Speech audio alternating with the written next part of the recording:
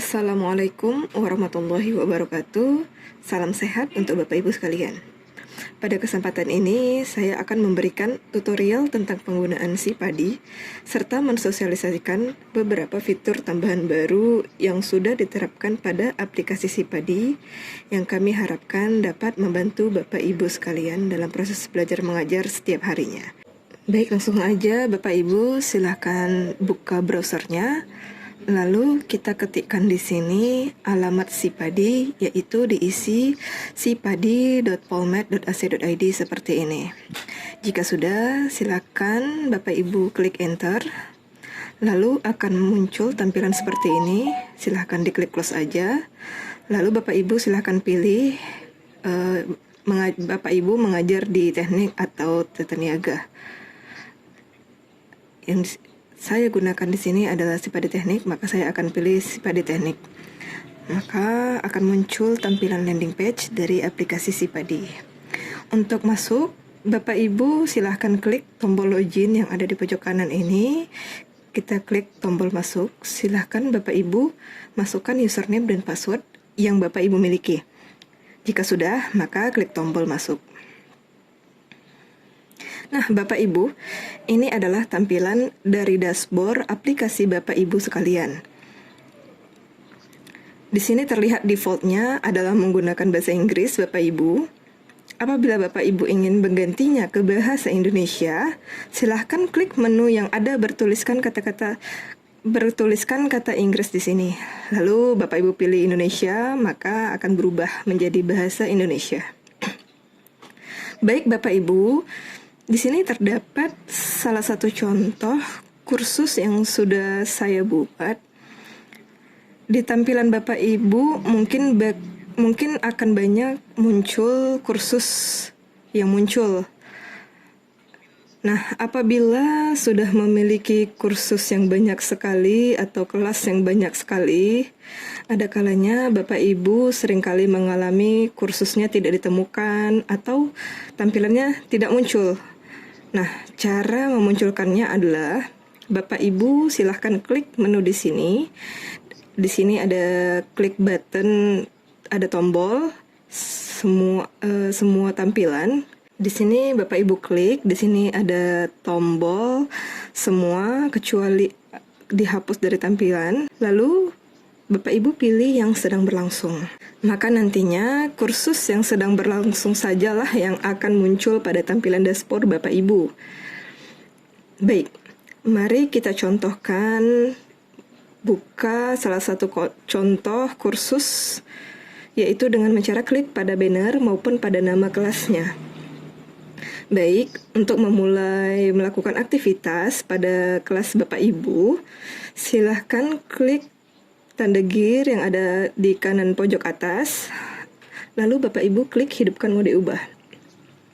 Nah, jika sudah muncul ada tombol baru di sebelah kanan ini, artinya Bapak Ibu sudah siap untuk melakukan aktivitas pada kelas tersebut.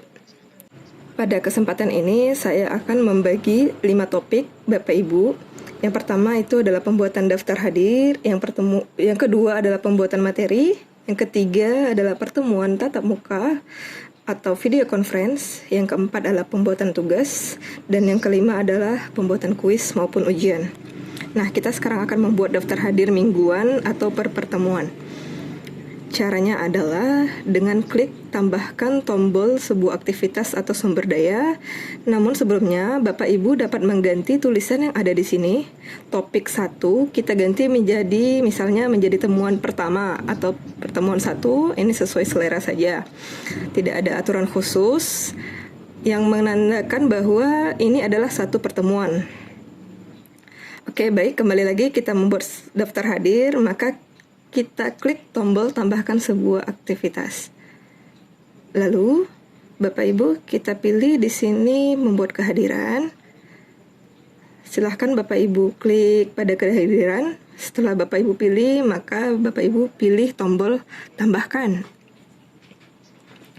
Di sini akan muncul sebuah tampilan baru. Nah, pada nama silahkan Bapak Ibu misalnya di sini daftar hadir pertemuan 1 Apabila Bapak Ibu punya informasi tambahan, Bapak Ibu bisa menambahkan informasi di sini. Jika tidak, Bapak Ibu silakan dikosongkan saja. Kemudian klik simpan dan tampilkan. Nah, jika sudah, Bapak Ibu dapat membuat sesi atau menambahkan sesi. Kita klik tambahkan sesi, lalu akan muncul tampilan seperti ini. Silakan Bapak Ibu isi tanggal dan juga waktu sesuai dengan jadwal yang telah ditentukan. Sebagai contoh misalnya, Bapak Ibu mengajar di tanggal 13, kita buat jamnya 10 sampai dengan jam 12. Jika sudah, Bapak Ibu silahkan klik di sini izinkan siswa untuk mencatat kehadiran sendiri. Yang ini jangan lupa untuk Bapak Ibu checklist. Jika sudah, Bapak Ibu klik tombol tambahkan. Nah, maka daftar hadir untuk minggu pertama ataupun pertemuan pertama sudah berhasil kita buat. Untuk melihatnya, Bapak Ibu silahkan klik tombol segitiga atau tombol play yang ada di kanan ini. Silahkan Bapak Ibu klik. Lalu berikut adalah contoh daftar hadir yang dapat diisi oleh mahasiswa.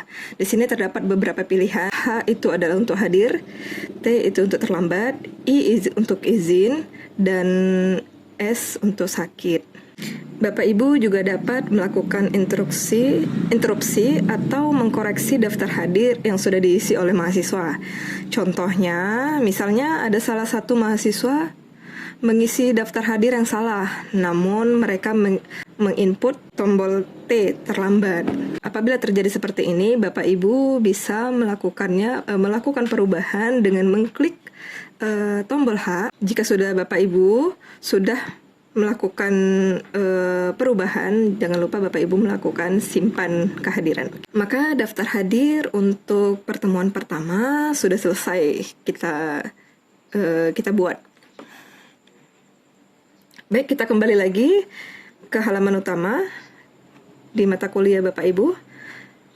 Di sini sudah kita berhasil membuat daftar hadir. Pertemuan pertama sudah selesai. Bagaimana dengan pertemuan kedua? Bapak Ibu juga dapat menambahkannya sekali lagi dengan cara yang sama, tetapi dibuat di topik kedua. Lalu ketiga juga dengan cara yang sama. Oke, baik Bapak Ibu. Ada cara kedua Bapak Ibu untuk membuat daftar hadir, yaitu dengan membuat secara berulang otomatis selama 1 semester. Caranya adalah Bapak Ibu silahkan pilih, tambahkan sebuah aktivitas yang paling atas. Ingat ya Bapak Ibu, yang paling atas yang tidak memiliki label apapun di sisi atasnya. Lalu Bapak Ibu tambahkan sebuah aktivitas, lalu pilih kehadiran. Lalu Bapak Ibu pilih tambahkan. Nah, di sini Bapak Ibu silahkan beri nama seperti contoh di sini saya buat kehadiran 1 semester. Oke. Nah, pada kesempatan ini, kemudian sebagai contoh juga saya akan membuat sebuah deskripsi, misalnya silahkan isi daftar hadir pada setiap pertemuan. Sebagai contoh seperti ini. Nah, untuk menampilkan ini pada tampilan depan, Bapak Ibu silahkan klik tombol tampilkan deskripsi ini di halaman lupa. Jika sudah, Bapak Ibu sudah bisa klik simpan dan tampilkan. Kemudian Bapak Ibu, di sini sesi daftar hadirnya masih kosong. Lalu kita tambahkan sesi seperti cara pertama tadi. Nah, lalu Bapak Ibu silahkan isi kapan Bapak Ibu akan mengajar. Contohnya, misalnya saya pilih sama seperti tadi di tanggal 13, jam 10 sampai dengan jam 12. Lalu, yang membedakan adalah di sini ada menu beberapa sesi. Lalu di sini Bapak Ibu buka, Bapak Ibu klik di beberapa sesi. Lalu di sini Bapak Ibu centang ulangi sesi di atas sebagai berikut. Di sini Bapak Ibu centang, lalu Bapak Ibu isi kapan Bapak Ibu mengajar. Sebagai contoh misalnya, Bapak Ibu mengajar di setiap hari Senin, Rabu, dan juga Jumat. Ulangi setiapnya, diabaikan saja. Lalu Bapak Ibu pilih, tentukan kapan terakhir Bapak Ibu mengajar di semester tersebut. Seperti contoh saya buat di tanggal 20 Desember. Oke. Jadi nantinya sistem akan membuat daftar hadir dari tanggal 13 September sampai dengan tanggal 20 Desember setiap Senin, Rabu, dan Jumat untuk jam 10 sampai dengan jam 12 secara otomatis.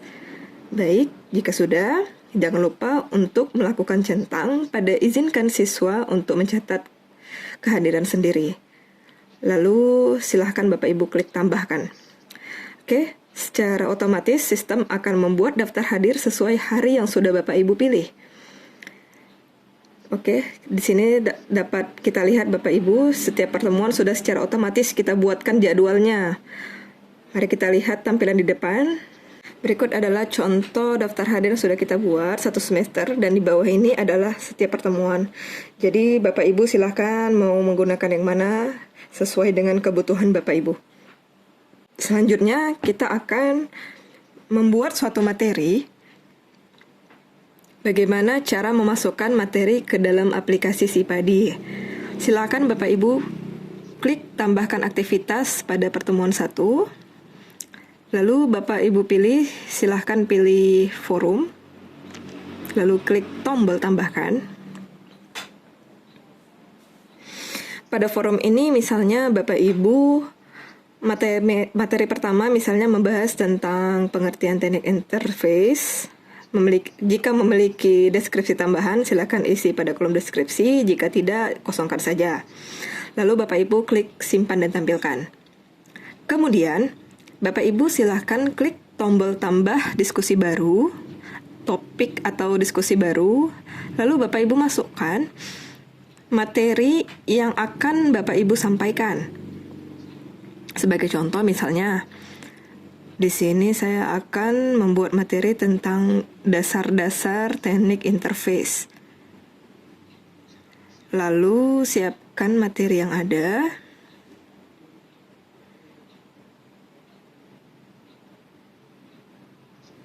Nah, sebagai contoh, saya sudah menyiapkan sebuah materi.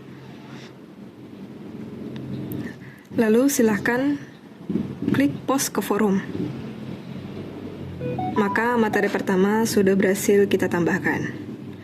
Kemudian saya akan contohkan lagi bagaimana Bapak Ibu ingin melampirkan sebuah atau suatu video misalnya ke dalam Sipadi.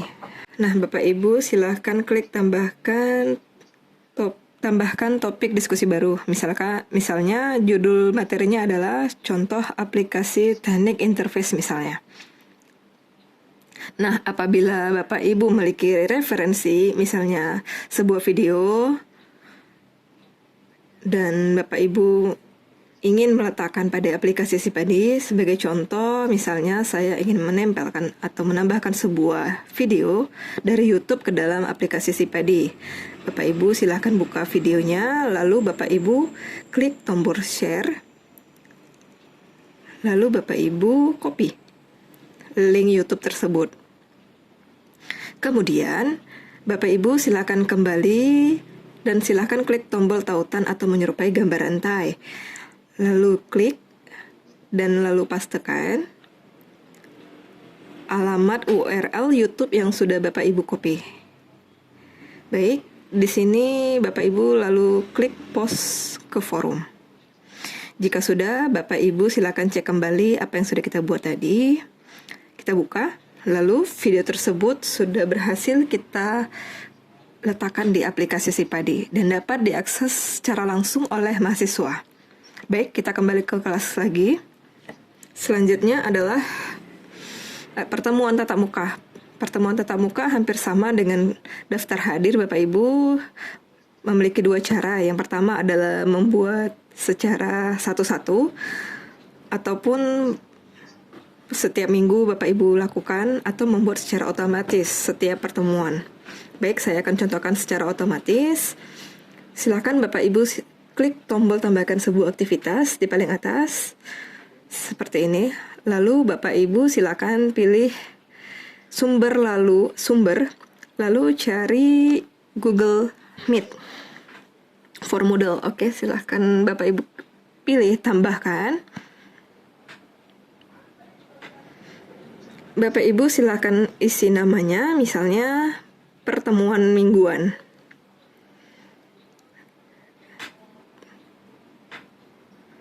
silakan isi deskripsinya jika ada. Lalu pilih kira-kira Bapak Ibu kapan melakukan pertemuan. Contoh misalnya saya sesuaikan dengan jam mengajar tadi, yaitu jam 10 sampai jam 12.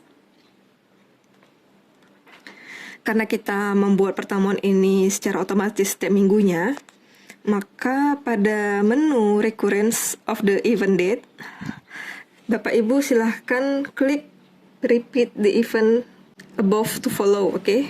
Jika sudah, sama seperti tadi, Bapak Ibu silakan klik beberapa kali Bapak Ibu ingin membuat pertemuan. Sebagai contoh, Bapak Ibu masuk di setiap Senin, Rabu, dan Jumat. Jika sudah, Bapak Ibu pilih sampai kapan pertemuan itu berakhir. Misalnya sebagai contoh tadi, sampai dengan tanggal 20 Desember 2021. Nantinya sistem akan membuat secara otomatis pertemuan untuk tatap muka setiap hari Senin, Rabu, dan Jumat. Dari tanggal 13 September sampai dengan 20 Desember. Baik, kita turun ke bawah. Pada menu Room URL ini, silakan Bapak Ibu klik Generate Room URL. Setelah itu, maka akan muncul tampilan Sign in Google. Pastikan Bapak Ibu sudah memiliki akun Polmed ya Bapak Ibu. Jika sudah, pilih akun Bapak Ibu sebagai contoh, saya pakai ikon ini. Lalu si Padi akan meminta akses ke kalender Bapak Ibu. Lalu Bapak Ibu klik Halo atau izinkan, Allow atau izinkan. Jika sudah, maka akan tergenerate URL untuk Google Meeting. Bapak Ibu sudah bisa melakukan klik tombol simpan dan tampilkan. Jika muncul tampilan seperti ini, Bapak Ibu sudah berhasil membuat Google Meeting untuk pertemuan 1 semester. Nah, salah satu fitur tambahan dari Google Maps ini adalah karena kita sudah membuat jadwal kapan kita akan melakukan Google Map, Google juga secara otomatis membuatkan pengingat kalender pada akun Polmed kita. Seperti contoh, Bapak Ibu silahkan buka kalender.google.com.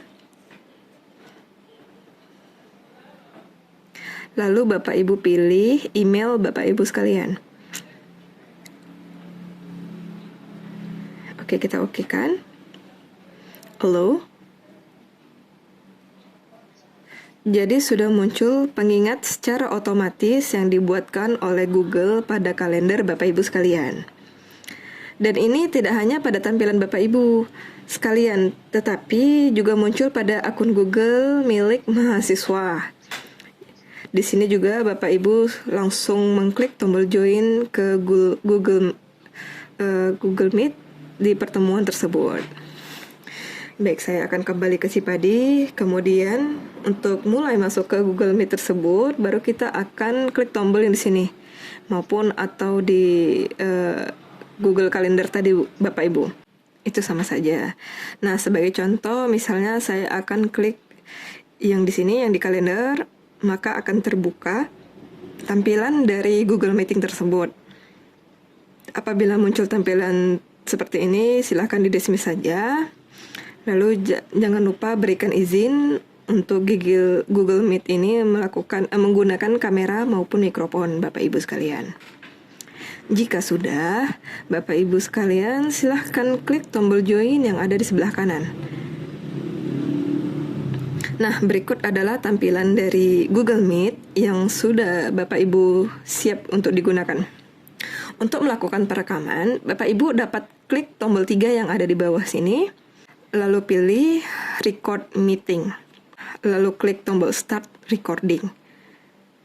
Oke, kita start. Maka sudah akan muncul notifikasi rekaman pada pojok kiri atas. Jika sudah muncul tanda merah di pojok kiri atas, maka Bapak Ibu sudah berhasil membuat recording pada pertemuan tersebut. Jika sudah selesai, jangan lupa Bapak Ibu menekan stop recording, klik stop, lalu pilih end record.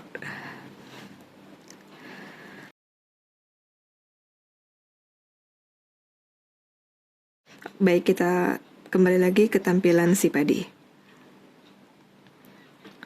Untuk melihat rekaman yang sudah selesai dibuat oleh Google Meet tersebut, Bapak Ibu pastikan dahulu, silakan cek pada emailnya masing-masing. Apabila sudah muncul notifikasi seperti ini, cara memunculkannya pada si Padi seperti ini. Bapak Ibu coba buka pertemuan mingguannya, lalu klik tombol sign in with synchron with Google Drive, lalu Bapak Ibu pilih email Bapak Ibu sekalian, lalu sekali lagi pilih izinkan agar Google lalu akan muncul recording yang sudah Bapak Ibu lakukan sebelumnya. Dan ini bisa diakses oleh mahasiswa. Apabila Bapak Ibu ingin menyembunyikan ini, silahkan diklik saja gambar matanya. Nantinya tidak akan bisa dilihat oleh mahasiswa. Untuk memunculkan kembali, silahkan diklik kembali. Untuk melihat, tinggal klik tombol play. Nanti akan terbuka Google Drive berisi rekamannya. Seperti ini. Baik, sekarang kita akan pelajari bagaimana membuat tugas pada aplikasi Sipadi. Caranya adalah Bapak Ibu silahkan pilih pertemuan yang ingin diberikan tugas, lalu pilih tambahkan sebuah aktivitas, lalu klik pada pilihan alat eksternal atau external tool. Lalu Bapak Ibu klik tambahkan. Lalu Bapak Ibu silahkan nama yang sesuai. Misalnya saya buat di sini tugas 1. Nah, pada alat yang telah dikonfigurasi, silahkan Bapak Ibu pilih Google Assignment. Lalu Bapak Ibu pilih konten, klik pilih konten. Kemudian Bapak Ibu silahkan masukkan akun Google Format yang Bapak Ibu miliki. Sebagai contoh, saya akan pilih email yang ini, lalu Bapak Ibu pilih link. Jika sudah benar, maka Bapak Ibu pilih link.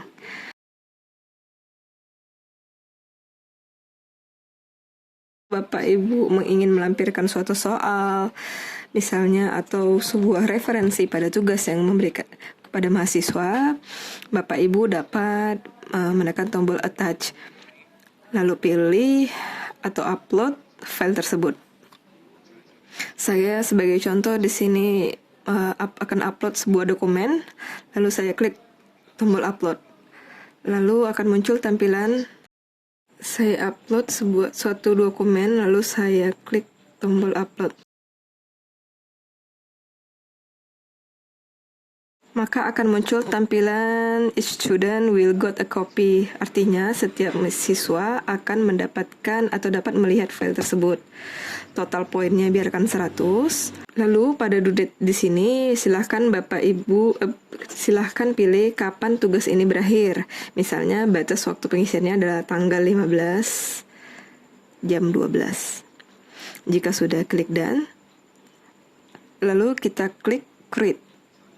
Selanjutnya, Bapak Ibu silakan turun ke bawah, lalu pada pilihan nilai, Bapak Ibu wajib mengisi nilai di sini. Misalnya 70, tapi jika tidak perlu silakan dinolkan saja.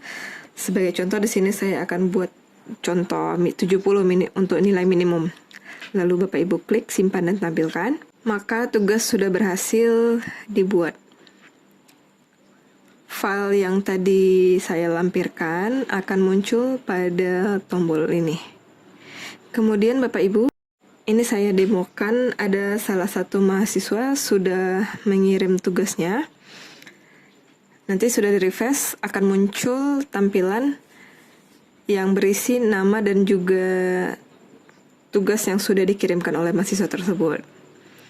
Di sini ada contoh satu orang sudah mengirimkan. Untuk memeriksa, silahkan Bapak Ibu pilih saja. Lalu akan terbuka tampilan tugas yang sudah dikirim. Baik. Jadi Bapak Ibu tidak perlu mendownload kembali file-file yang sudah dikirim oleh mahasiswa. Nah, Bapak Ibu jika ingin memberikan nilai, maka Bapak Ibu dapat mengisi pada kolom yang di sebelah kanan ini. Seperti contoh saya beri nilai 80. Misal Bapak Ibu ingin memberikan komentar atau memberikan poin-poin tertentu, silakan klik tombol tanda tambah di sini. Lalu Bapak Ibu klik di mana saja Bapak Ibu ingin memberikan komentar. Lalu Bapak Ibu isikan komentar. Misalnya font judul terlalu besar. Kemudian contoh misalnya di sini saya akan klik lagi. Misalnya Bapak Ibu ingin mengomentari bagian sini, silakan diklik. Dan seterusnya, silakan ditambahkan sesuai dengan kebutuhan. Apabila Bapak Ibu ingin menghapus, silakan di sini klik delete atau edit. Jika sudah, Bapak Ibu silakan klik tombol return. Lalu konfirmasi apakah sudah benar mahasiswa ini mendapatkan nilai untuk tugas ini. Jika sudah, silahkan klik return. Lalu kita akan coba kembali. Maka mahasiswa tersebut sudah mendapatkan nilai. Seperti itu Bapak Ibu. Baik Bapak Ibu, saat ini kita akan masuk ke bagian kuis. Kuis ini biasanya digunakan untuk membuat soal UTS, ujian tengah semester, ataupun membuat soal ujian akhir semester. Baik, kita langsung aja. Yang pertama, kita klik tambahkan sebuah aktivitas baru atau sumber daya. Lalu kita pilih kuis. Oke, kita tambahkan. Nah, di sini seperti biasa, kita buat nama yang wajib diisi, misalnya UTS. Baik, di sini ada waktu pengerjaan. Kita bisa aktifkan kapan kuis itu dimulai dan kapan kuis itu diakhiri. Ini dibuat sesuai dengan jadwal yang telah ditentukan sebelumnya. Baik Bapak Ibu, seperti ini contohnya. Kita buat 1 jam di sini. Lalu waktu pekerjaan kita buat 60 menit atau 1 jam. Lalu kita aktifkan. Baik, ketika waktu berakhir ini apa? Apabila kita buat default, maka menandakan bahwa apabila mahasiswa mengerjakan lebih dari 60 menit, maka jawaban mahasiswa tersebut otomatis tersimpan. Baik, pada penilaian, kita buat default saja, Bapak Ibu. Di pembatasan akses, kita tentukan sesuai tanggal ujian yang telah ditentukan. Misalnya, kita buat tanggalnya. Ini menandakan bahwa mahasiswa tersebut tidak akan dapat mengakses soal ujian ini sebelum tanggal yang telah kita tentukan. Oke, kita simpan. Baik, di sini sudah terlihat terbatas. Di sini kita sudah menyelesaikan pembuatan jadwal kuis ataupun ujian yang ada di si Padi. Tetapi di sini kita belum membuat soal. Baik, dalam penginputan soal pada kuis, terdapat 2 cara. Yang pertama itu adalah dengan import soal atau import bank soal, dan yang kedua adalah secara manual. Di sini saya akan menjelaskan bagaimana cara input soal secara manual. Baik, yang pertama kita klik edit quiz, lalu kita pilih tambah pertanyaan baru.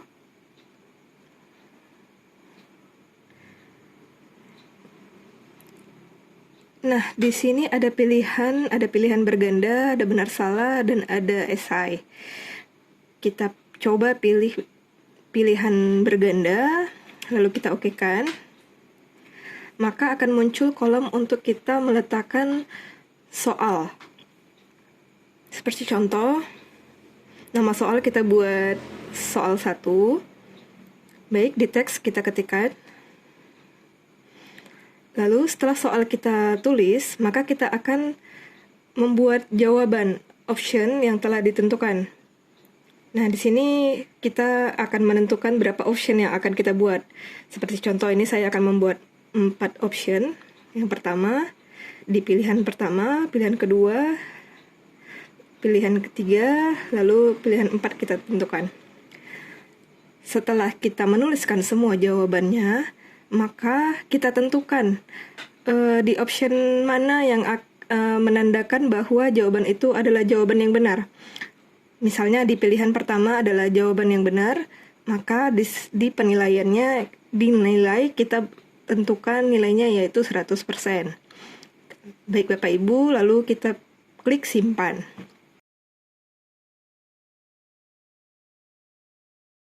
Setelah kita simpan, akan muncul pertanyaan pertama. Di sini akan kita beri nilai 10.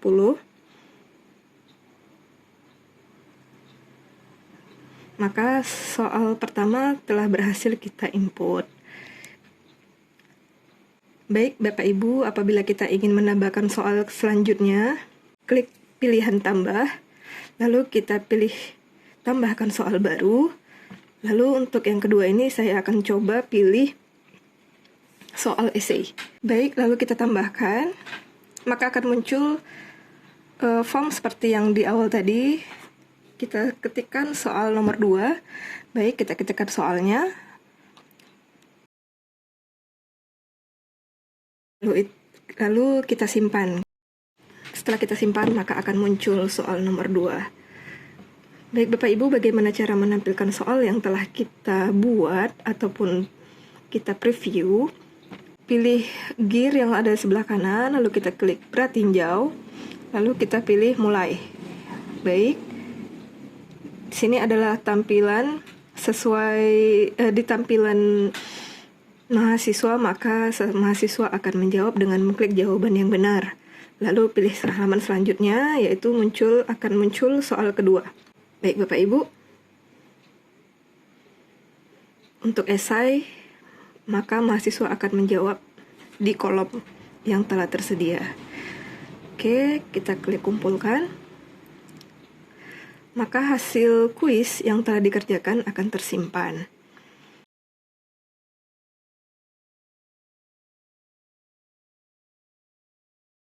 Apabila Bapak Ibu ingin menampilkan sebuah gambar pada soal kuis ataupun UAS, di sini kita pilih gambar, kita unggah, lalu kita pilih choose file, lalu kita pilih file yang telah Bapak Ibu simpan. Seperti contoh, saya masukkan ini. Oke, kita unggah. Oke, kita simpan gambar. Baik Bapak Ibu, setelah berhasil melakukan pembuatan kuis, maka mahasiswa sudah bisa menjawab ataupun menginput jawaban yang ada pada kuis tersebut. Langkah selanjutnya adalah Bapak Ibu melakukan penilaian terhadap jawaban tersebut. Bagaimana caranya? Baik, pertama kita pilih UTS.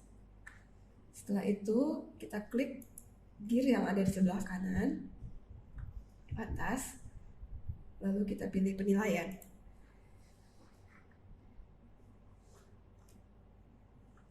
Oke, di sini terdapat satu mahasiswa telah melakukan input jawaban, dan di sini nilainya masih kosong. Oke, kita pilih ulas pengerjaan kuis. Oke, soal pertama adalah pilihan ganda, di mana jawaban yang benar itu adalah 4. Sedangkan mahasiswa memilih 2, otomatis jawabannya adalah salah. Oke, otomatis nilai dari jawaban tersebut adalah 0, karena pilihan ganda itu nilainya sudah otomatis dibuat oleh sistem. Baik, untuk jawaban esai, Bapak Ibu bisa melihat jawaban dari mahasiswa tersebut, apakah jawaban tersebut adalah jawaban yang sempurna atau hanya mendekati saja. Oke, di sini kita bisa dapat melakukan penilaian, di mana apabila Bapak Ibu merasa jawaban itu adalah jawaban yang sempurna, maka Bapak Ibu itu dapat melakukan penilaian memberi nilai 1 dari 1, karena pada saat setting nilai di awal tadi bobotnya adalah 1 untuk setiap soal. Kalau misalnya Bapak Ibu buat 1, maka untuk penilaiannya tidak boleh lebih dari 1. Tapi apabila jawaban itu adalah setengah benar, maka kita bisa tetap memberikan penilaian, tapi hanya misalnya 0,5 karena hanya setengah benar. Oke. Setelah itu kita simpan. Oke, perubahan disimpan. Yang telah diinput oleh mahasiswa tersebut sudah berhasil kita beri nilai. Oke, kita selesaikan ulasan. Kita lihat dari nilai. Oke. Maka nilai dari mahasiswa tersebut sudah muncul. Karena tadi hanya 2 soal, maka yang satu adalah salah, bernilai 0, sedangkan soal kedua seharusnya itu adalah nilai 50, tetapi karena hanya mendekati setengah dari jawaban yang benar, maka nilai dari mahasiswa tersebut adalah 25. Baik Bapak Ibu, demikian tutorial Sipadi yang telah kami buat. Semoga dapat membantu Bapak Ibu sekalian dalam proses pembelajaran jarak jauh ataupun daring dengan menggunakan aplikasi Sipadi. Salam sehat selalu. Wassalamualaikum warahmatullahi wabarakatuh.